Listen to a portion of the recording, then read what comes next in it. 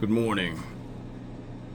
Do not underestimate the value and inestimable worth of old books. If you really want to study a subject, you will refrain from first going to modern reference. The modern books are tainted by a lot of false ideologies and lies, misconceptions, and narratives that have a nefarious and malicious agenda for you and your children. When I implore you guys to look into American history, for example, it is imperative that you look into the true history for yourself. That you don't pick up a book of some modern 20th or 21st century author and absorb their interpretation of American history. Look to the old material. Look to the source documents. Look for yourself at Lincoln's Deeds and Words or Reagan's Deeds and Words. Look to the Federalist Papers or the Anti-Federalist Papers if you want to learn about the founding of our country, the reason behind our Constitution, and the invaluable nature of our founding documents. If you want to understand the philosophies from which American philosophy arose, read Rousseau, John Locke, Thomas Paine. Upright men who walked with God, who had integrity and intestinal fortitude and knew what is right versus what is wrong. A lot of times we'll quote Jesus on my channel as a trusted source, and there's truth to that. If I quote the Bible and Jesus' words, I believe that Jesus spoke true. Jesus taught in parables, and he did it for a reason. The Bible is allegorical for that very reason. It's the reason that human beings are attracted to story and literature and poetry. It's because that's how we learn and see the deepest. Things that you can intuit and understand very crystal clear within yourself are oftentimes difficult to form into grammar and rhetoric and communicate to another person. And it's because that construction mechanism and that process of building grammatical clarity in communicating to other people is unpracticed or simply unlearned to begin with. The insipid mediocrity that seems to pass for education in this public education system is abhorrent. It is disgusting. And while I can't afford to send my children to private school, and I'm forced to send them to public school, I make sure that every day when my sons come home from school, they tell me what they learned. We sit and we talk about it, and we read together. We write papers together. My oldest son, Anthony, 16 years old, is becoming a great writer, both in formal writing and in creative writing. He's becoming a great conversationalist because we practice these things. He's learning to actually listen to the things that I say and to really think about the things that I say and not just hear and wait for his chance to respond out of an emotional reaction to what he thought I said. And that's how most people are barking at one another these days. People are not conversing. People are not talking to one another anymore. A lot of times, people have dropped their humanity entirely and very quickly reduce themselves to barking dogs having at each other. And I'm guilty of this myself in the past. And if I go mindless and fall into my emotions, I can fall into it as well. As men, that is our charge. It is our charge to be present and aware and conscious every moment, in the moment. We have to live in the now, the ever moving and flowing now. Because now is all we have. It's the reason why people misunderstand the things that I say on this channel. Often misunderstand. Some people think that I'm preaching anarchy. Some people think that I hate authority. Because I am clarifying that authority is not magic. One does not put on a certain piece of clothing or a certain costume and then walk around in perpetual authority over others. Authority has elements, it has requirements, and it has limits. Authority has origins in the truth. Authority is real, and it is necessary, especially among men. But the governments of the world have claimed a magical, perpetual authority above the humans. And government is nothing but a group of people, other humans, acting together in accord for a common goal. That's all it is.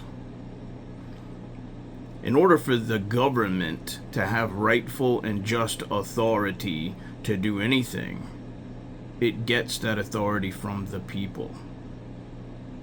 For a police officer to have authority to use force on a person, it requires that that person break the law or threaten to break the law, or that that policeman have reasonable and articulable suspicion that that person was about to break the law or intent upon breaking the law. The policeman, the congressman, and the senator, the president, none of them have a magical and perpetual, never-ceasing authority above you and I. It doesn't exist. They may claim it, they may wish it, they may act evilly and wrongly upon it, but it does not exist. And that's why it takes men like me, and much better men than me, to go into court and fight for justice. If this were not the case, there would be no profession of law. If it weren't the case that humanity is in a fallen state and gets sick, there would be no need of the profession of medicine. And in much the same way that we biologically require healing from time to time, the same exists in the heart and in the mind. The law recognizes this. There are very specific acts that a human being can and must commit that brings them into subjection of the legal authorities.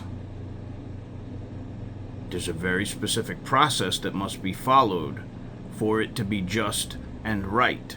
Process matters. It matters very much. So, it's very difficult for me to communicate the whole of my thinking in 6 to 12 minute clips on Facebook. It is my purest intent to whet the listener's appetite to search for deeper truth and meaning. That's what I hope I do. Not to ignite Facebook comment section arguments. I thought this morning I'm going to do a daily thing where I read a page or two or three every day, depending on the length of the pages, from Marcus Aurelius. Stoicism is not about numbness. Being stoic as a man doesn't mean that you don't feel. It is not apathy. It is not complacency. Being stoic means self-containment and self-control. Ultimately, it means self-mastery. And that, my friends, is the job of every man. To master yourself. I can only point out to you how many of you are yet unbegun on your journey. You've not even taken the first step. So here we go.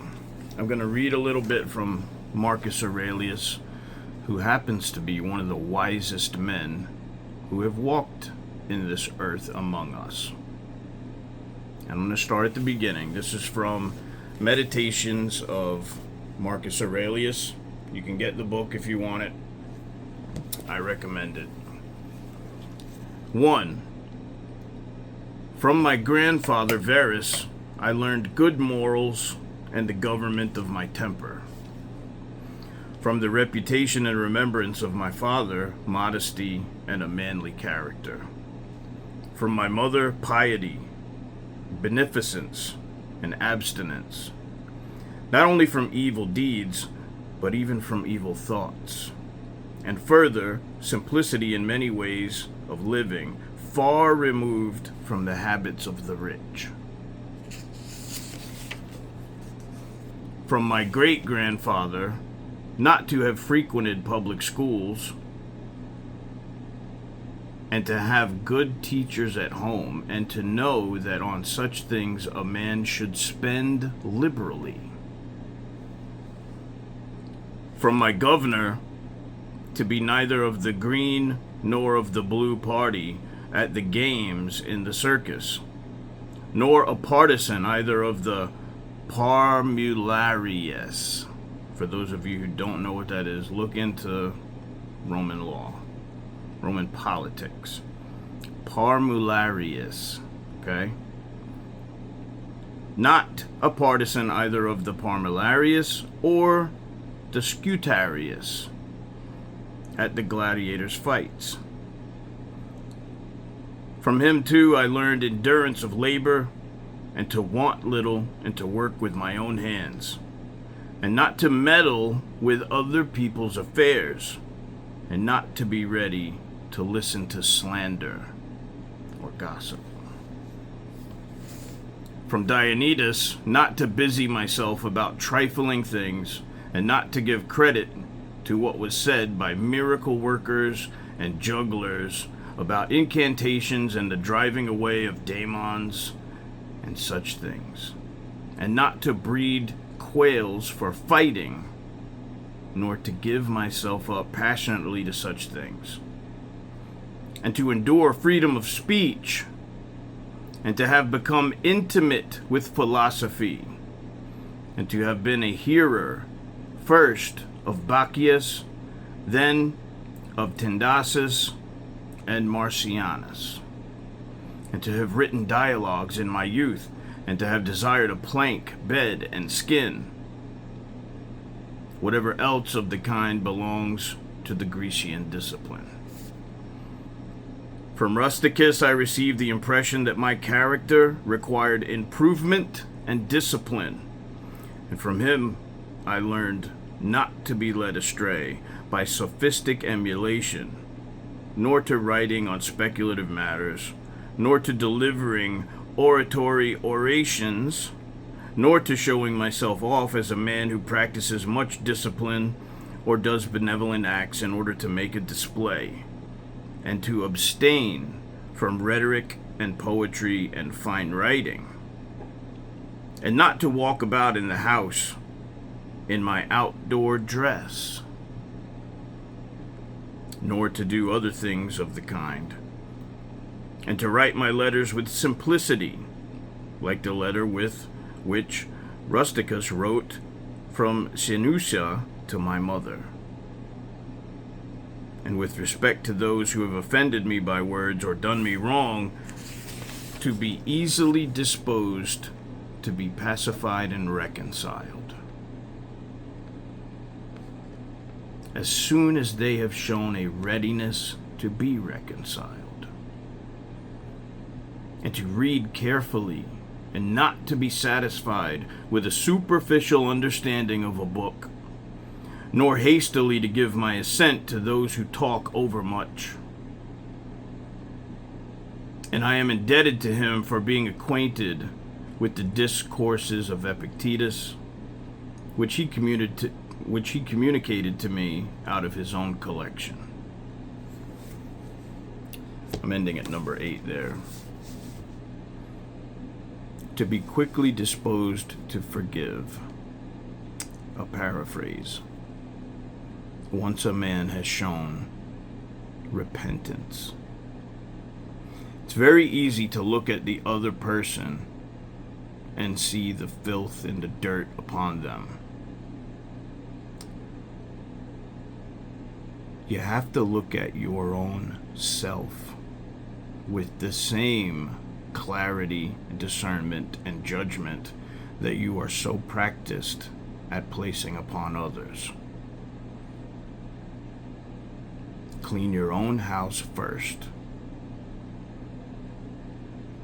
All right, man, that's it for today. Thank you for your time. Peace, love, and all things good. Out.